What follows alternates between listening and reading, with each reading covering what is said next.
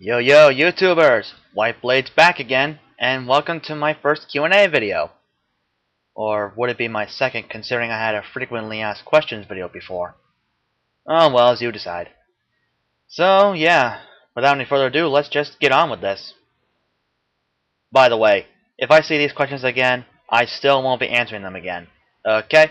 Okay, good. Let's go. Number 1. How many episodes will WhiteBlade's life have, either in total or per season? In total, I currently have about 35 episodes planned, number to change without notice. As for per season, I don't have a set number of episodes. In general, the numbers range from around 6 to 8 per season. Again, may change without notice. Number 2. Did you name Andross from PBR after the character from Star Fox? I can see a resemblance. So yeah, I did. Number 3. Do you currently have any projects you plan to start sometime after you finish one or more of your series? None I can think of per se. Or at least none that I want spoiled or anything. Hint hint. Number 4. Why is your favorite Pokémon Gardevoir? That's an interesting story, actually. It actually started out before 4th Gen came out. I was watching the Pokémon anime on Cartoon Network. I think it was in the Advanced Battle season, last season in Hoenn. The episode was called Do I Hear a Ralts?, in which May's brother Max hears something calling out in his head. Soon he runs into an injured Ralts. Max then takes it upon himself to take care of it until the gang reaches the next Pokémon Center. But of course, the Team Rocket rejects try to interfere, as usual. In order to keep Ralts safe from Team Rocket, Max had to continue on his own. Eventually, he runs into a Gardevoir and Kirlia. And just so you know, this is not the part where Gardevoir becomes my fave. As shocking as this might be, it's a fact. We'll get to that part later. Anyway, they want Max to hand Ralts over to them, but he insists on continuing his mission before it's too late. Not happy with that, Kirlia attacks him, but then Ralts protects against the attack, leaving Max unharmed. Seeing this, Gardevoir and Kirlia leave Ralts in his care. And being the goody-goody kid show that this is, not that I have any problems with that, Max makes it to the Pokémon Center in time. And to top it off, Ralts makes a full recovery. That is good news for everybody. After all that, Gardevoir and Kirlia return for Ralts.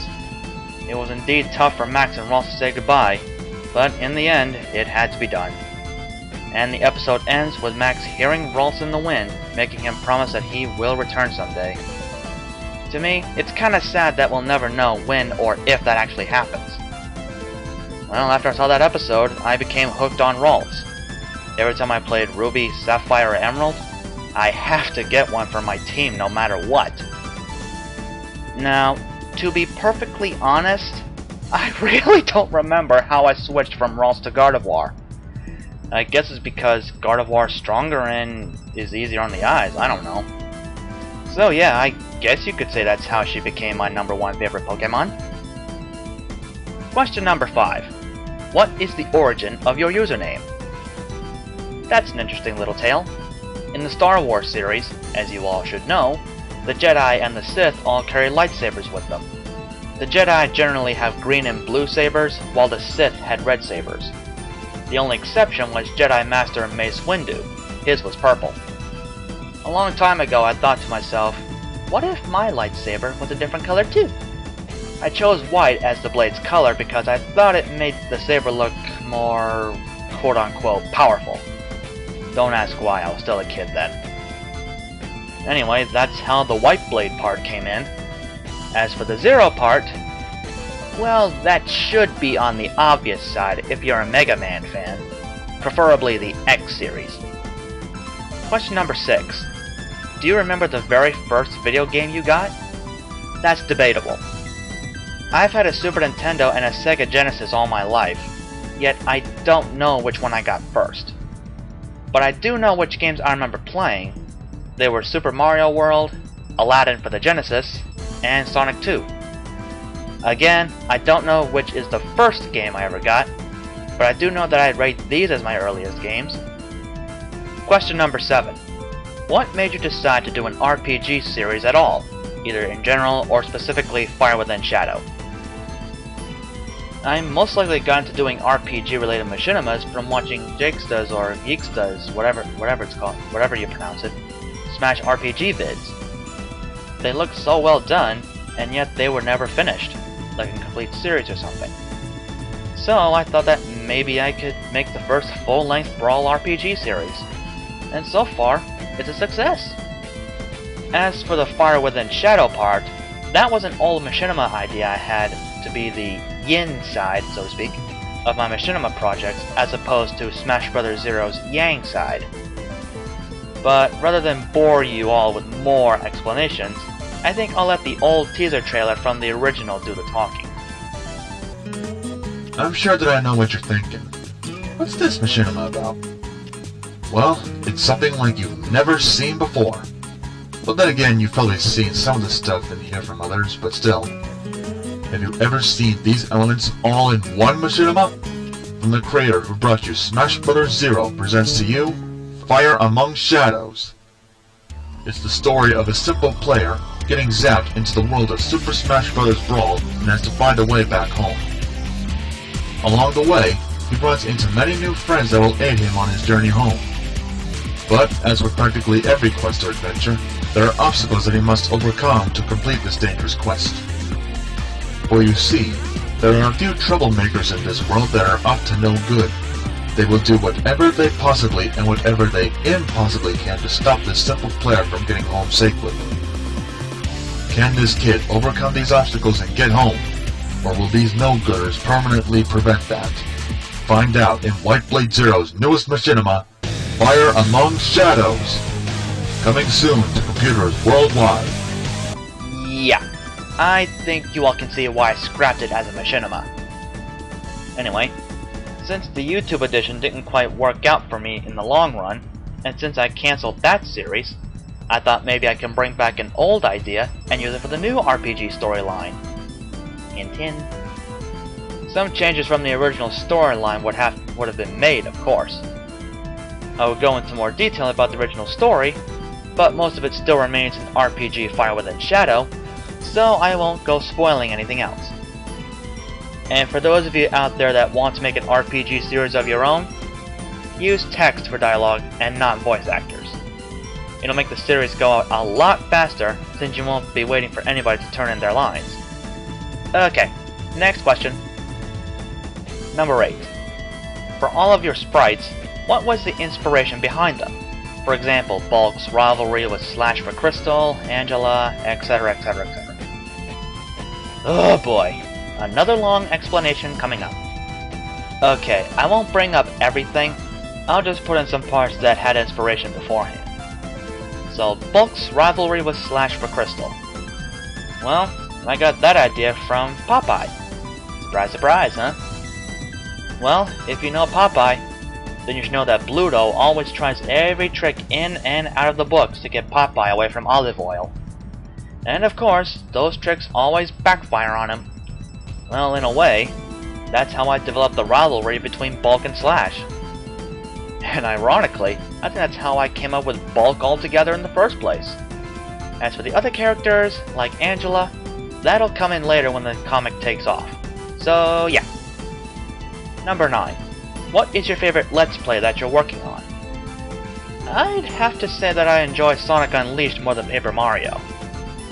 But now that I'm doing live commentary with Paper Mario, I think it's starting to become even Steven. You know? Number 10. What inspired you to do Let's Plays? Watching many others on YouTube? Plus I love playing video games. I don't see anything wrong with that. Number 11. How did you become a Sonic fan? I've always been one. I really don't know how. For number 12, most questions kind of relate to this. Can you help me? That depends on what you're asking of me. If it's something small like how to do live commentaries for Let's Plays, or knowing where to find a certain user or something like that, I'll do what I can if I can. But for something like voicing for a role in your series or something like that, it'll all depend on the role you're offering is, and or what the story is. I may accept, and I may refuse. And if I should refuse, you'll have to respect my choice and move on. Nagging me to take part in your series might lower your chances of me getting in. And as for something like how to do a certain voice in Audacity, or how to make a machinima in general, you can forget it. I'm not a tutorial person, since I hate making tutorials. And before anyone says anything, there are 2 reasons why I still made one on voice acting. Number 1. As I mentioned in that video, Shipbitch removed his tutorial on voice acting, and I figured I could make up for that and do one myself. And number 2, it was my final project for my filmmaking class. I had to make a tutorial on whatever I could think of. It could have been anything. From making a cupcake to, I don't know, building a statue maybe? And conveniently, voice acting came to mind, so there. And seriously people, why ask someone you don't know questions like that when you could just as easily look them up yourself? This isn't rocket science, you know. Number 13. I know they are all your sprite characters on All for Freedom, but considering the different personalities, which one of them do you like best?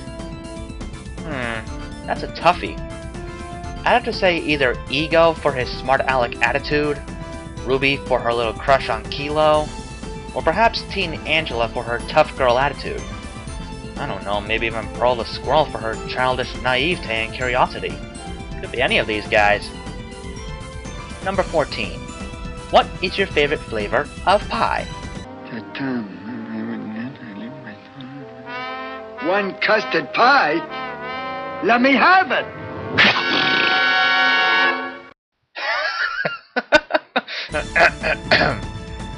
All joking aside, banana cream. Love it!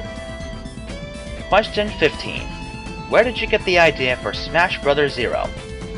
This is going to be our final question for this Q&A, because this one is going to have a long story.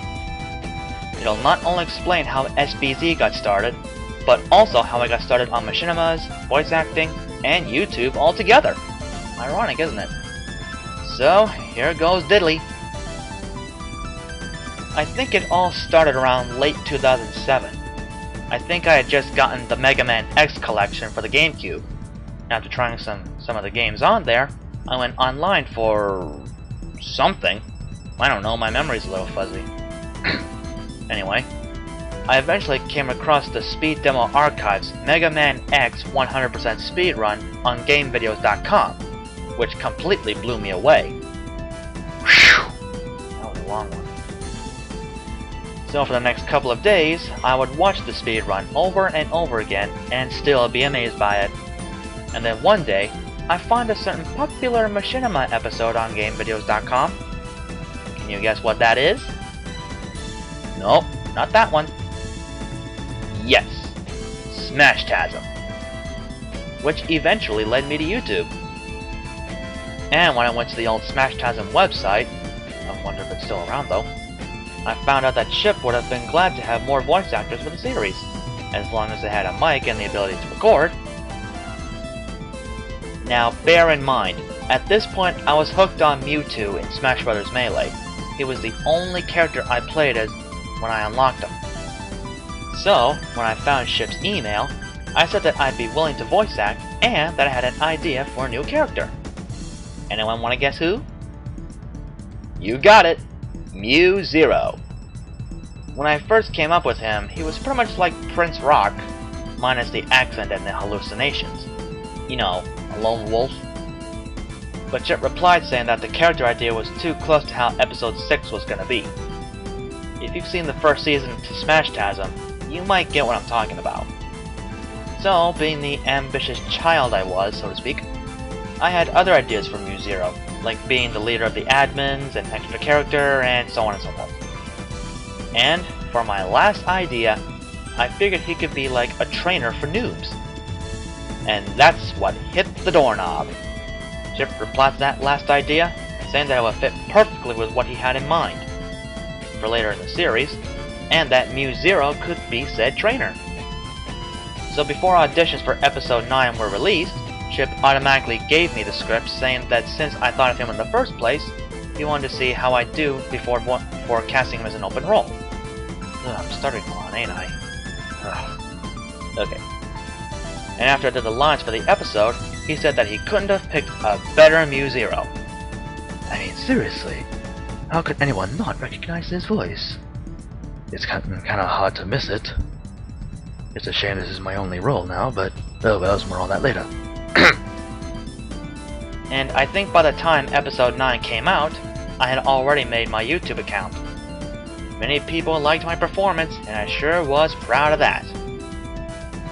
Now, you're probably asking yourselves, what does this have to do with SBZ? Well, it's like this. By the time Smashtasm Season 1 ended, you know, the Melee season, I had a rough idea for what Season 2 would have been like. Yeah, I was still ambitious then. And surprise surprise, it was mostly how Episode 1 of SBZ is, with a few line tweaks. When I showed that to Ship, he said that Season 2 would keep its focus on Super 64. However, he thought that what I sent him was a good concept, and said that I should make it myself. Surprising, huh? So you can pretty much tell where it went from there. Before I had the ability to actually record anything, all I could do was write the scripts. So over time, I wrote the 20 episodes of SBZ. And nowadays, looking at what I've got for number 14 through 20, I'm kind of disappointed in myself for writing something so cheesy. Which is why I'm considering rewriting the remainder of the series from here on out. But to end this Q&A, I've got a question for you guys. Do you want me to keep the story as it is, cheesy and all? Or do you want me to rewrite it and have it make more sense? Whatever your choice is, please say so in the comments of this video. So, until the next time, I'll catch you later.